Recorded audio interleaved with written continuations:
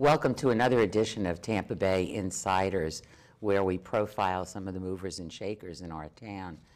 Today we're very fortunate to have former Mayor Dick Greco with us, and we're going to find out a little bit more about him in a minute. I'm Louise Thompson. I'm the Executive Director of Tampa Bay Community Network, where you can come and take video production training and have your own show on our channels. Welcome, Dick. Nice to be so with you glad again. you're here, Mayor. Been a couple of years, hasn't it? It sure has. I keep thinking, and we're in this pickle because we made a deal with you, 1998, 99, somewhere around there, Been a while. to take over the public access channels, which was just a really interesting new direction for all of us. We appreciate that. So let's start off. You're a Tampa native, right? Right. Back when Born there and were raised- dinosaurs here. Yes. There wasn't even a river, right? No, We're tell just me. bubbling up. So, Ybor City, right? Well, actually, I was born in Seminole Heights. Our hardware business was in Ybor City for 50 years, so I spent most of my life back and forth. Your dad's business was in Ybor? Yes, he started in Ybor when he was about 12 years old, came from Italy when he was 6. And then he and my mother were married and ran a hardware business for 47 years together. Wow. It's a different world, obviously, back then. Mom and pop stores, there aren't too many of those around anymore. Sometime I go to Home Depot or something, I wonder what my dad would think of something like that after, you bought nails by the pound and that type of thing. Nothing was in a box. And sold wicks, and people did not have, attic fans and that type of thing was about the most you'd have in air conditioning. And most of those people were immigrants that bought from us, that worked in the cigar factories. And one of the things that I'll never forget that I bring up often, they would come in and needed to paint their house or something. It cost $40 or $50, but no one had the cash. So they would make a deal and say, I'll come in on Saturday and pay you $1 a week or whatever. And every Saturday, my store would fill up with people coming in. My mother would write it in a ledger. I never forgot it. And they would bring, out of courtesy and friendship, something that was growing in the yard, collard greens, figs, whatever. By the end of the day, the store looked like a supermarket of some sort. Oh my gosh. But you know what's strange, and I've often thought of this. For all the years that I watched that and grew up in that store and knew most of those people, everyone paid their bill. I never remember of anybody that didn't. If a week came that they didn't have the money, they said, I'll pay you twice next week. And they all loved one another. When years went by and many of them made enough money to move to sections of town they never believed they would be in, they would come back, bypassing many other businesses, out of loyalty and love for each other and the fact that they helped each other when they needed it. It was a different time. Well, you don't forget those things. You think No, people forget that now? No, I don't think so. You probably have to have 5 lawyers now when you make any kind of a deal. That may be true. So there you were. You grew up between Seminole Heights and Ybor City, and then you went to school, right? Went to school at Seminole School, which is in Seminole Heights, and then Memorial, and then Hillsborough. In fact, I did a graduation at Hillsborough the other night, and I told the kids, I said, I was sitting where you were 63 years ago, something like that, whatever it was, a long time. And then you went off to college? Somebody my age lived in 2 different worlds. Did you go off to college after? I went to the University of Florida for my first year, and then decided to come back here, and then I got married the second year of college. Back then you did it when you were real young, some of us, and came back and finished at the University of Tampa. Oh, that's right. You finished at UT. That's correct. That was, I hate to say You're it, one of their well-known graduates. 1956. You know what makes me feel good about that place, too? It's amazing what it's turned into, is it not? They turned down 1,800 kids this year that were fully qualified to go. They couldn't put any more in. And I mean, they weren't that many went to school when I went there. And it's so nice. Every day you go and see something new. When I was mayor the first time, many years ago, we gave Tampa U the old place that's now Sykes Business Center. It was old and decrepit, and they've done that over. And then I realized that to be contiguous, when the fair closed, that's where the state fair used to be, Tampa U didn't have any contiguous land. They owned property across Cass Street where Phillips Field was, where they used to play football. So we traded those two, many and Where Tampa Prep is now? Yeah. Oh, yeah, okay, right. we traded all that land for the Florida State Fair land. So all the track there and all the buildings they had, the art center, the new Martinez Center. Tampa U's come a long, long way. They're doing Oh, such a I'll great say, I job. think Ron Vaughn's done a Tremendous job. job, Oh. just out of this world. The building that we were housed in that the public access station was housed in for 25 years. I was Right. always told that was a Florida State Fair building originally. It was. All So, those buildings were. They were isn't that amazing? exhibits, one of the art exhibits. Exhibits or animals, maybe? I had some of those too, sure. They did have them right on the grounds, right? Oh, absolutely. Yeah. Well, that was a fabulous gesture because that school has really taken off now and done done so very much. well. So, did you graduate in business? I graduated in, I think my major was social studies and English. I didn't Did you realize think you were that's- going to be a teacher? Well, what happened was that we had the hardware business, so I'll do something different. So I majored in education, not realizing that I had an intern the last year I was there. I mean, I never thought about it. I needed to finish college because I told my dad I wouldn't, that type of thing. I wasn't any great student or anything, that's for sure. And sure enough, I taught at Wilson for 8 weeks. I'll never forget it. Oh, you did teach. Yeah, and Jimmy Furman was in my class. Oh my goodness. Ted Delaverne and all these guys, I see them today, and it's funny. They bring it up all the time. Oh, this guy was my teacher. And now they're grandparents. That's how time goes by. Ms. Bush offered me a job. She was the principal, and the pay was $3,700 a year to be a teacher in those days. And they were so Talking dedicated. 1950 something? 56. Yeah. Okay, that was big money. Well, it was money, and I'm telling you that all they talked about, I remember those teachers are their kids and how can I do this, and they were so dedicated. And many of them worked 2 jobs, like some of them do today. It's a wonderful profession. So after teaching for 8 weeks, what'd you end up doing? Well, we had the hardware business, and I was So you always worked there? I always worked there when I was in college and high school, even when I was in junior high. The family had a couple of service stations too, one on Lake in Nebraska and another one on 8th and 9th Avenue and 15th Street, and worked there for some time. So You work your way through school. no, actually, my parents, I didn't know whether I had money or not. I was an only child of Italian parents. You can imagine what that was And a like. boy yet. Oh, my goodness.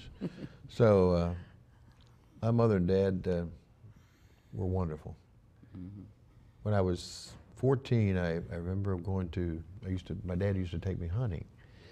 And I went to the gun club one day that happened to be where, on Columbus Drive, where next door to the old airport, and had a skeet range.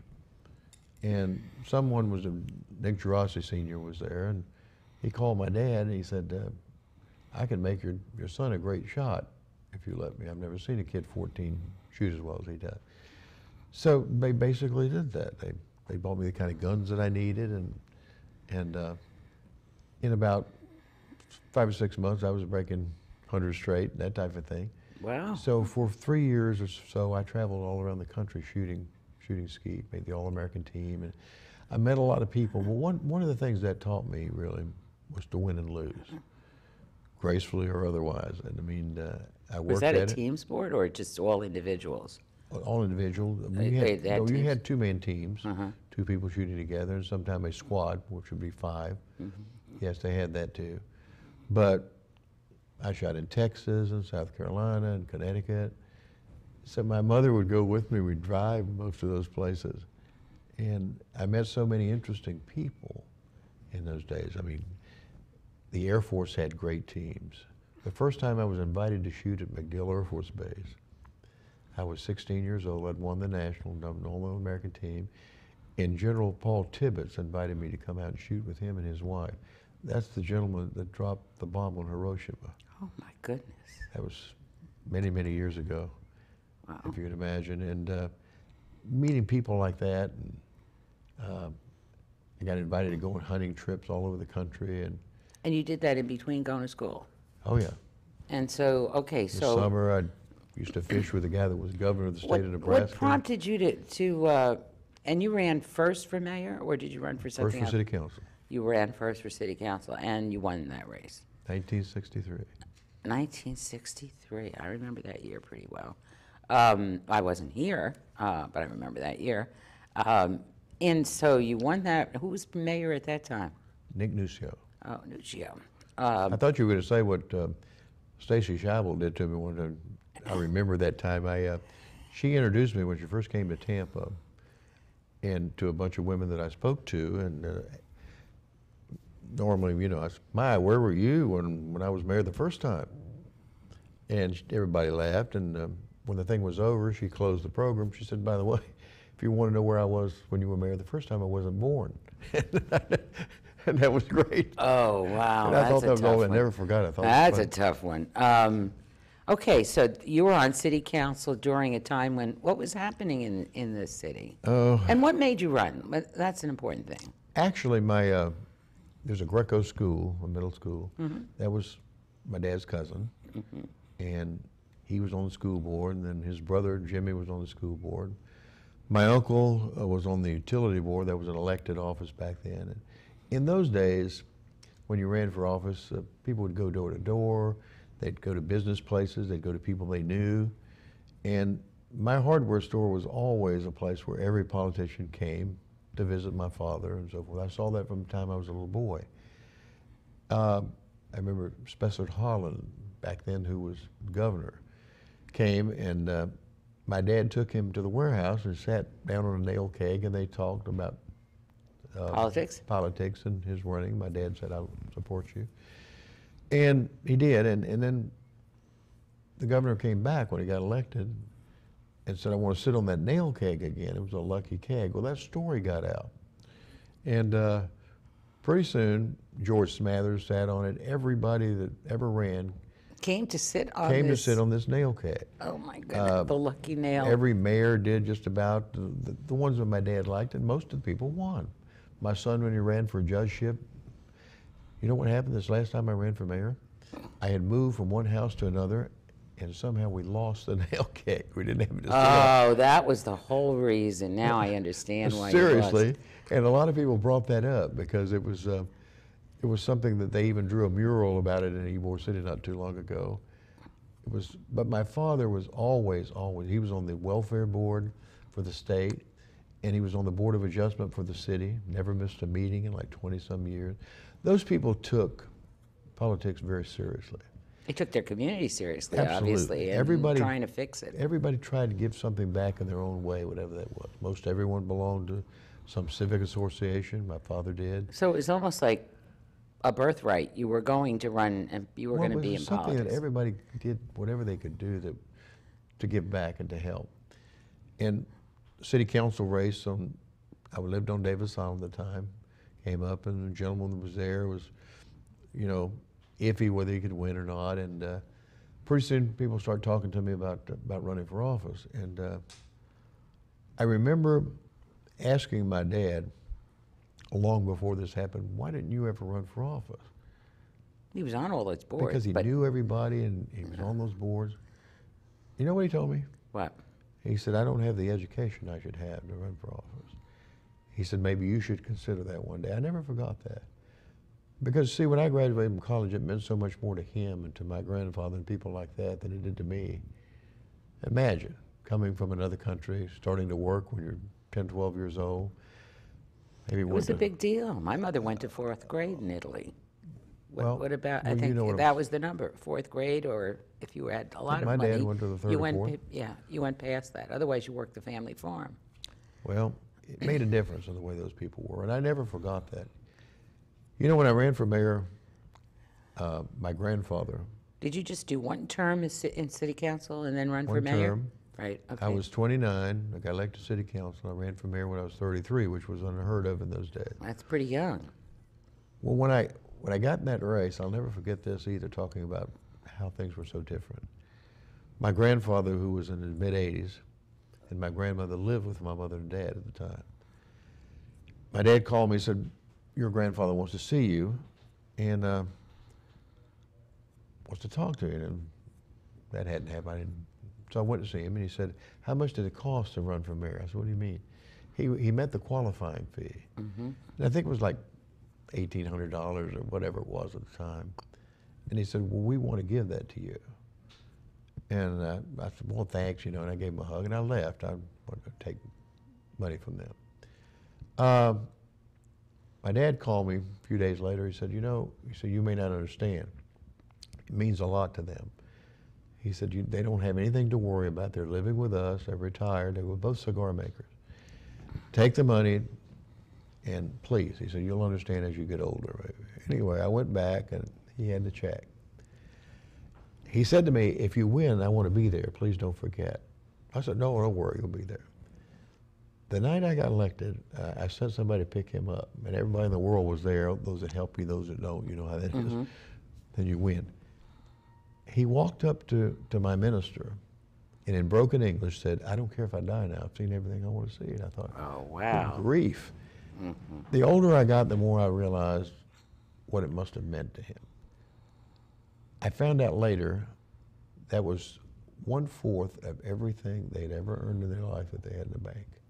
That's tremendous. Yeah, they had like $8,000 or something to their name. And I never forgot that. And so for them and for people like them and for me, I just loved politics. I loved it. And got elected to mayor when I was 33 and took office at 34. And it's the most fun I've ever had in my life. But things were so different. I mean, my God, there's going to be a story come out pretty soon about some of the things that were different that we needed to change. The Bolita business, for instance, you may not remember. I wasn't here for that, but I certainly helped people run the numbers as a small child. Here, take this piece of paper over to what's her name down the street. Well, isn't that was the all same over the thing? place. It's the same thing. Yeah. And I think that was illegal. Oh, quite. But it had been going on for years and years. Yeah. And strangely enough, I was in a position that all the people in that business I knew well. They were our customers in the hardware store. They were people I'd known since I was born. Even though my family wasn't involved in that type of thing, they were friends, as strange as that might seem. It had given Tampa a horrible name. Many people Really? Oh my goodness. People were shot and this and that. Oh, okay, so it was a real underground The thing. Kefauver committee came here, and in fact, I went around trying to explain that, this was going to end and so forth. But one day, one of my dearest friends called me. His son had been killed in that business, so somebody else could take over, and his daughter was in it and some others, and he said, I want to talk to you. But before that happened, I knew that probably that would happen. Weren't you worried about getting shot for that? No, I wasn't worried Okay. at all about getting shot. I just knew that this had to come to an end, and that when I made those moves, I was going to be in conflict with many people that I grew up with and that liked and knew. But many of these people started doing that because came from Italy. They didn't have enough money to support their families. Mother would die or something. They'd get into this business to make money for that reason. They didn't make it right, but that's the way it was. Well, I had to pick a police chief back then, and if I could pick one with a name like Greco or AEIOU, how could we say we didn't know what that was when you saw it every day in Ybor City and places like that? So I went to the FBI, most people don't know this story, and asked who in our police department you think would make a good chief to get rid of this, to do what I need to do. And I talked to many people at the Tampa Police Department, and a name Babe Littleton would come up. I didn't know him. I've never met him in my life. And the more I heard, the more I thought, well, that's who I need. Somebody that has no affiliation with any of this stuff, but knows it exists and would get rid of it if we tell him to. And I called him to my office, and I said to him, if every once in a while, babe, I'm considering you to be chief, I want you to do something that's not quite right. I'm not too bad. Would you do it for me? He said, nope, it's the wrong man. I said, good, you're hired. He said, what? I said, go do your job. Don't tell me who you're going to promote, nothing. He said, I want this business to end. I want everything to be straight in this town.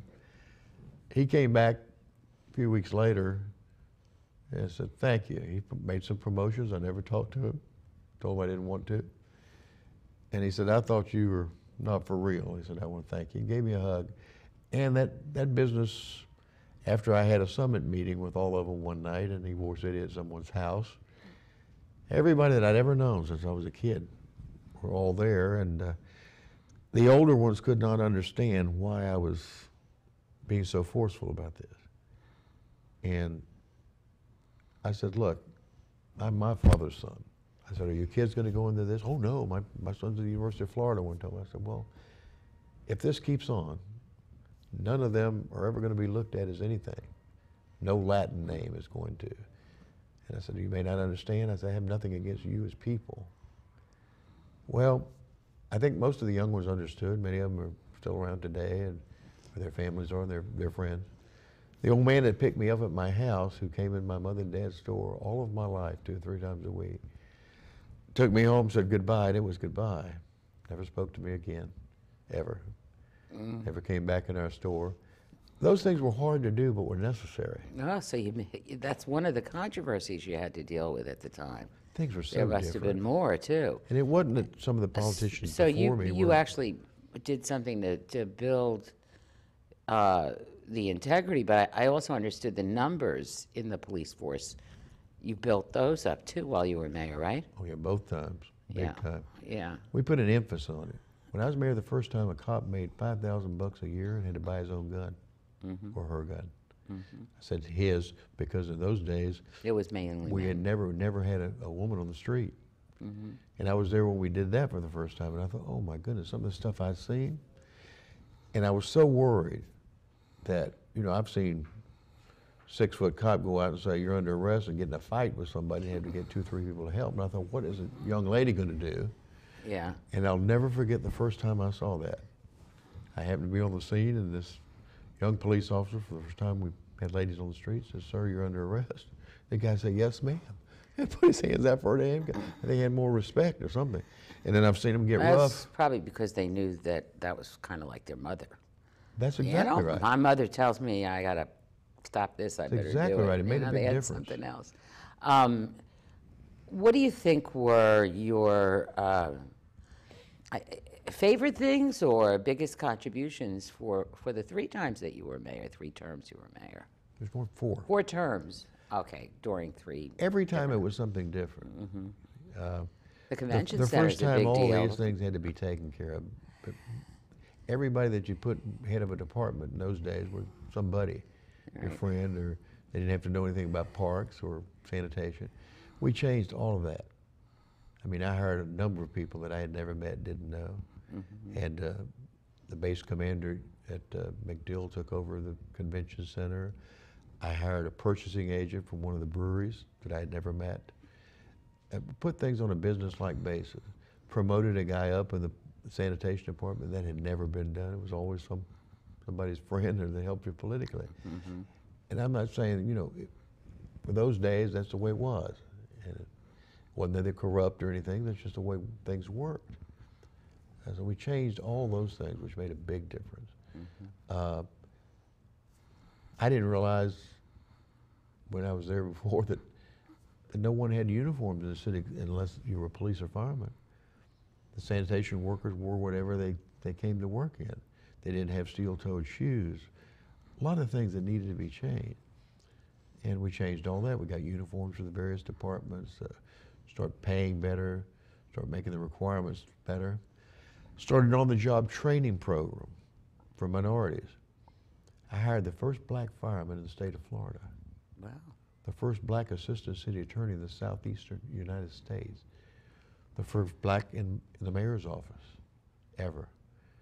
The first to run the housing authority. Many of those things were wrong. And they thought they couldn't get hired. Many Latins thought they couldn't get hired. So we started an on-the-job training program. And it changed everything. Well, People that's that a were big qualified impact can- right there, Oh, that changing was all the way one this- of a number of things. People had no the idea. jobs ran. In addition to the fact that in the more recent term you spent in office, what you did with putting the hotel downtown to support the convention center, and then what you did in Ybor. A lot of things were happening, but the first time was so different. I mean, it was just, everything had to be changed. And police now, there was a time we didn't have anybody on a waiting list to be a cop. Nobody apply. Nobody wanted to be? No.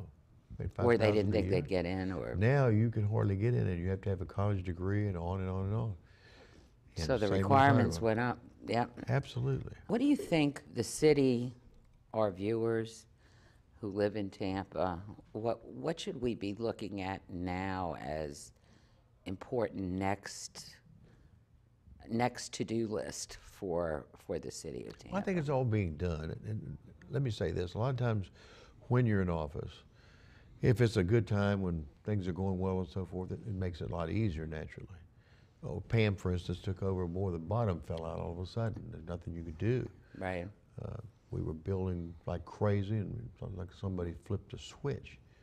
And fortunately, she put money aside and so forth, or we wouldn't be where we are right now. Mm-hmm. You know, you need the surplus funds to balance the budget, for goodness sake. Bob's doing a good job. He's all over the place, you know, and seeing people. The downtown is looking better and better every day. Absolutely, but you got to understand that's taking time. You can't, you know, we're working with a city that was been here before. Our port was exactly that, a working port. All that had to come down a little bit at a time. You mentioned the Marriott Hotel. Yeah. The convention center was doing poorly.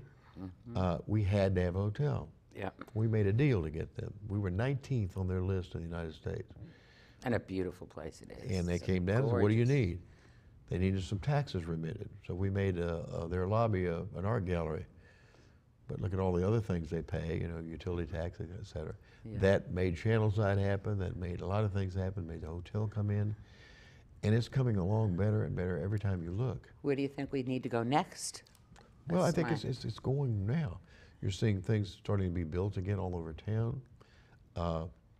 It's getting cleaned up, those types of things. Bob's doing a very good job. He's working at it real hard. And I see him every once in a while and to congratulate him for what he's doing. Another thing that helps save us that people don't really realize, back when I came back the second time, we were about to lose the Buccaneers, which was not good, but that wasn't the most important thing that was going on. We were about to go on double session with every school that we had. Oh, I remember that, yeah. It was a disaster. So we had a half-penny sales tax vote for police, fire, and children's school, The community investment tax. and it failed. Yes, I remember that too. Well, right when I took over, I thought, my God, I mean, how are you going to bring anybody in here if their kids are going to be on double session? You have to tell them that in advance. It was awful. So it had just failed, and someone said they wanted to run a stadium situation separately afterward. Now, wouldn't that have been great? We had a football team, but kids were on double session. So basically, we handled that like a political campaign. We added the stadium, and that was added mostly to get it passed. And that's what got it passed too. I think So that was a very clever move. I really appreciate your being here. We're wrapping up, even Wow. though we should spend another 2 days on you and what is going on Well, I hope people historically in stay Tampa. involved. Yep. Vote. 60,000 people voted back when we were talking about 46 years ago. This last election 2 years ago, 42,000. It's amazing to me with the amount of growth of population we've had. Thank you so much for joining My us. pleasure. And viewers, thank you for joining us. We'll see you next time.